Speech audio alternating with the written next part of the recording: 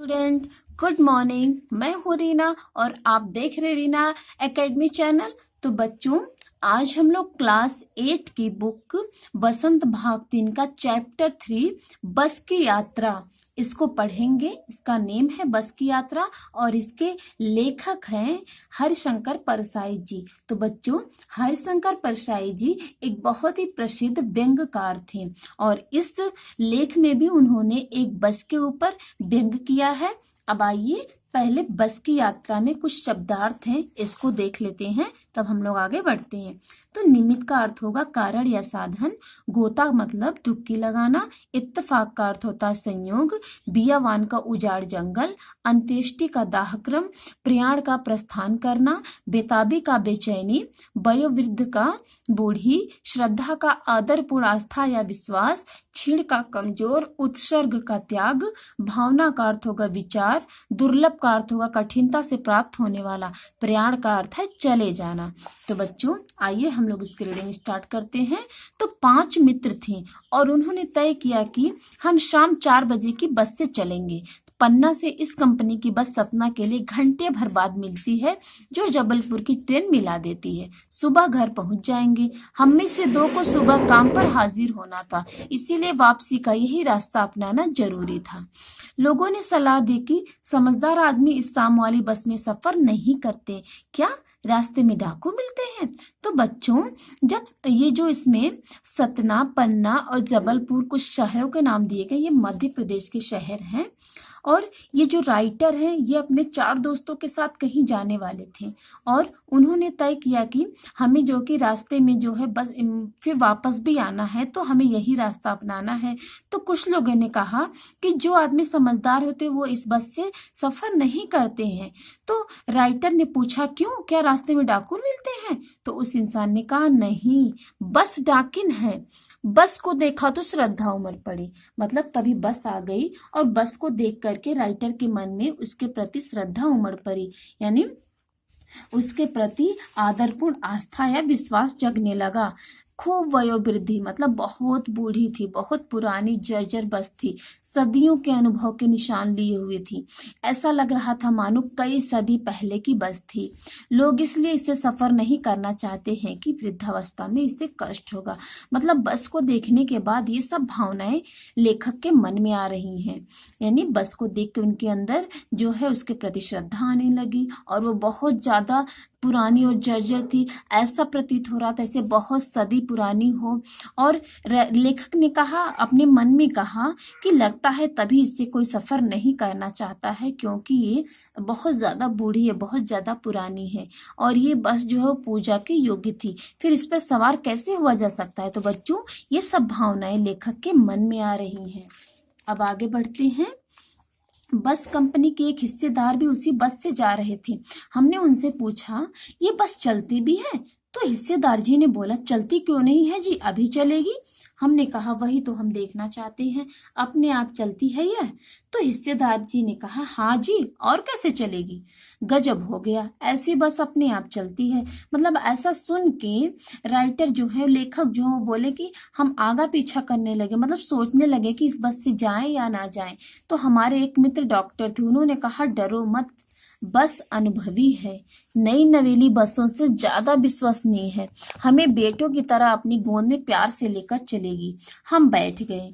जो छोड़ने आए थे वो इस तरह से देख रहे थे मानो अंतिम विदा दे रहे हैं। उनकी आंखें कह रही हैं, आना जाना तो लगा ही रहता है, आया है सो जाएगा, राजा रंग फकीर। आदमी को कुछ करने के लिए एक निमित्त चाहिए। अर्थात बच्चों, राइटर कह रहे हैं कि हम लोग बस में बैठ गए और जो लोग हमें छोड़ने के लिए आए थे स्टेशन तक, वो लोग हमें ऐसी आंखों से देख रहे थे, ऐसे लग रहा है कि उनकी आंखें कह रही हूं कि आना जाना तो इस दुनिया से लगा रहता है, जो भी इस दुनिया में आया है वो जाएगा जरूर। मतलब जो भी जन्म लेके आया उसकी मृत्यु अवश्य होती है, चाहे वो कोई राजा हो, चाहे वो गरीब हो, चाहे फिर फकीर हो। और आदमी को इस दुनिया से जाने के लिए कोई ना कोई कारण जरूर चाहिए। तो इंजन सचमुच स्टार्ट हो गया, ऐसे जैसे भारी इंजन स्टार्ट हो गया और ऐसा प्रतीत हो रहा था मानो सारी बस ही इंजन हो और हम सब बस के भीतर न बैठ कर के इंजन के भीतर बैठे हैं। और जो खिड़कियां थी उसमें कांच बहुत कम थे, और जो भी बच्चे थे उन कांच से हमको बचना था, क्योंकि वो कांच किसी को भी चुभ सकता था। इसीलिए हम फौरन खिड़की से दूर सरक गए। इंजन चल रहा था, हमें लग रहा था कि हमारी सीट के नीचे ही इंजन है। अर्थात बच्चों, जो बस है वो बहुत ज्यादा आवाज कर रही थी, और बस जो है वो सचमुच चल पड़ी। और हमें लगा कि यह गांधी जी की असहयोग और सविनय अवज्ञा आंदोलन के वक्त अवश्य जवान रही होगी। तो बच्चों, असहयोग और सविनय अवज्ञा कुछ आंदोलन ये दोनों हैं जिसको गांधी जी ने चलाया था हमारे देश को आजाद कराने के लिए, और उसे ट्रेनिंग मिल चुकी थी। मतलब बस को सविनय अवज्ञा आंदोलन में ट्रेनिंग मिली होगी, ऐसा लेखक जी कह रहे हैं। तो हर हिस्सा दूसरे से असहयोग कर रहा था, मतलब बस के जितने भी पार्ट थे वे पार्ट एक दूसरे का हेल्प न करने की ठान लिए थे। पूरी बस सविनय अवज्ञा आंदोलन के दौर से गुजर रही थी। सीट का बॉडी से असहयोग चल रहा था। कभी लगता सीट बॉडी को छोड़कर आगे निकल गई है, कभी लगता कि सीट को छोड़कर बॉडी आगे भागी जा रही है। 8-10 मील चलने पर सारे भेदभाव मिट गए। यह समझ में नहीं आता था कि सीट पर हम बैठे हैं या सीट हम पर बैठी है। मतलब बच्चों, बस बहुत ज्यादा पुरानी थी और जर्जर हो गई थी, और उसका कोई भी पार्ट सही सलामत नहीं था। एकाएक बस रुक गई, मतलब अचानक से बस रुक गई, और हमें पता चला कि पेट्रोल की टंकी में छेद हो गया है। तो ड्राइवर ने बाल्टी में पेट्रोल निकालकर उसे बगल में रख लिया और नली से इंजन में पेट्रोल को भेजने लगा। तो मुझे ऐसा उम्मीद हो रहा था, मतलब प्रतीत हो रहा था कि थोड़ी देर बाद बस कंपनी के हिस्सेदार इंजन को निकालकर गोद में रख लेंगे और उसे नली से पेट्रोल पिलाएंगे, जैसे एक माँ बच्चे को शीशी से दूध पिलाती है। बस की रफ्तार अब 15-20 मील हो गई, मतलब बस की रफ्तार अब और भी कम हो गई। मुझे उसके किसी हिस्से पर भरोसा नहीं था।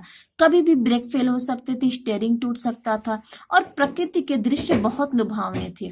अर्थात बस का जो भी पार्ट था वो कोई भी पार्ट सही सलामत नहीं था, और जो लेखक थे उनका भरोसा बस के ऊपर से उठ चुका था। और बाहर जो प्रकृति के जो दृश्य थे वो बहुत ही मन को लुभाने वाले थे। दोनों तरफ हरे भरे पेड़ थे जिन पर पक्षी बैठे थे, और हर पेड़ को लेखक अपना दुश्मन समझ रहे थे, क्योंकि जो भी पेड़ आता लगता था कि बस इससे बस टकरा जाएगी, और जब वो पेड़ निकल जाता तो दूसरे पेड़ का लेखक इंतजार करता कि सही सलामत हम लोग इससे भी पार हो जाएं। और अगर कहीं पे झील दिखती तो ऐसा लगता कि बस इसमें डुबकी लगा जाएगी। एकाएक फिर बस रुक गई। ड्राइवर ने तरह तरह की तरकीबें की, परवाह नहीं चली। सविनय अवज्ञा आंदोलन शुरू हो गया। बस कंपनी के हिस्सेदार कह रहे थे बस तो फर्स्ट क्लास है जी, यह तो संयोग की बात है। क्षीण चांदनी में वृक्षों की छाया के नीचे वह बस बड़ी दयनीय लग रही थी। मतलब वृक्षों की छाया के नीचे बस खड़ी थी और उसके ऊपर हल्की हल्की चांदनी की रोशनी पड़ रही थी। जैसे लग रहा था कि कोई बूढ़ी औरत थक कर बैठ गई हो, और हमें अंदर ही अंदर बहुत ही ग्लानि हो रही थी। मतलब अंदर अंदर हम बहुत अपने आप को कोस रहे थे कि हम बेचारी पर क्यों लद कर चले आ रहे हैं। अगर इस सुनसान जंगल में इसका प्राण निकल जाएगा तो हमें यहीं पे इसकी अंत्येष्टि मतलब क्रियाकर्म करना पड़ेगा। तो बच्चों आगे बढ़ते हैं। हिस्सेदार साहब ने इंजन खोला और कुछ सुधारा। बस आगे चली। उसकी चाल कुछ और भी कम हो गई। धीरे धीरे वृद्धा की आंखों की ज्योति जाने लगी। मतलब बस की चाल धीरे धीरे कम होती जा रही थी। ऐसा प्रतीत हो रहा था जैसे बूढ़ी औरत की आंख की रोशनी धीरे धीरे कम हो रही हो। चांदनी में रास्ता टटोल कर वो हल्की आले मतलब धीरे धीरे रेंग रही थी। आगे और पीछे से अगर कोई गाड़ी आती दिखती तो वह एकदम किनारे खड़ी हो जाती और कहती, निकल जाओ बेटी, अपनी तो वह उम्र ही नहीं रही। एक पुलिया के ऊपर पहुंचे ही थे कि एक टायर फिस करके बैठ गया। वह बहुत जोर से हिलकर थम गई, और अगर बस स्पीड में होती तो उछलकर नाले में गिर जाती। मैंने उस कंपनी के हिस्सेदार की तरफ पहली बार श्रद्धा भाव से देखा। वह टायरों की हालत जानते थे, फिर भी अपनी जान हथेली पर लेकर इसी बस में सफर कर रहे थे। उत्सर्ग की ऐसी भावना दुर्लभ है, मतलब त्याग करने की ऐसी भावना कहीं भी देखने को नहीं मिलेगी। सोचा, इस आदमी के साहस और बलिदान भावना का सही उपयोग नहीं हो रहा है। इसे तो किसी क्रांतिकारी आंदोलन का नेता होना चाहिए। अगर बस नाले में गिर पड़ी तो हम सब मर जाते और देवता जो बाहें पसारे उसका इंतजार करते। और कहते, वह महान आदमी आ रहा है जिसने एक टायर के लिए प्राण दे दिए, मर गया पर टायर नहीं बदला। तो दूसरा घिसा टायर निकालकर उसे लगाया गया और बस फिर चल पड़ी। अब हमने वक्त पर पन्ना पहुंचने की उम्मीद छोड़ दी थी। पन्ना कभी भी पहुंचने की उम्मीद छोड़ दी थी।